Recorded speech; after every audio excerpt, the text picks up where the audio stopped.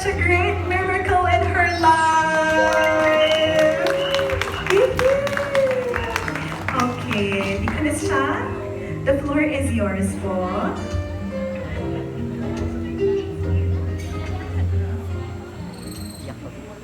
So, Kay and Jazz, so congratulations. So, alam mo kanina habang naglalakad ka sa LA, no, natutuwa ko, sabi ko, Lord, ang buhay nilang dalawa, no, isang living testimony no, ng goodness and faithfulness ng Diyos.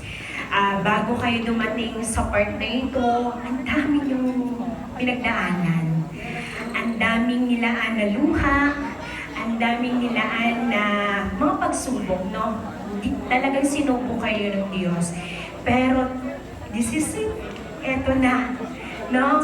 Wala sa haba ng panahon, talagang binigay ng Diyos ng oras na para sa inyo, ibibigay talaga niya.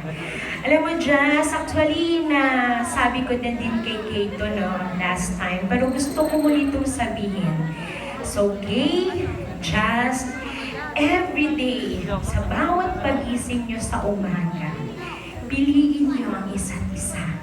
Mahalin nyo ang isa't isa. So, ngayon pa lang, welcome ko na kayo as a leader ng Couple Ministry. So, welcome, Justin and Kay. And kanina naisip ko, nakakatuwa, Lord, kasi tatlo sila.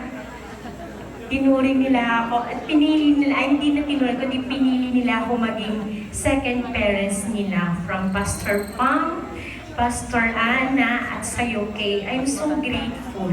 Sobrang grateful ako sa buhay ninyo.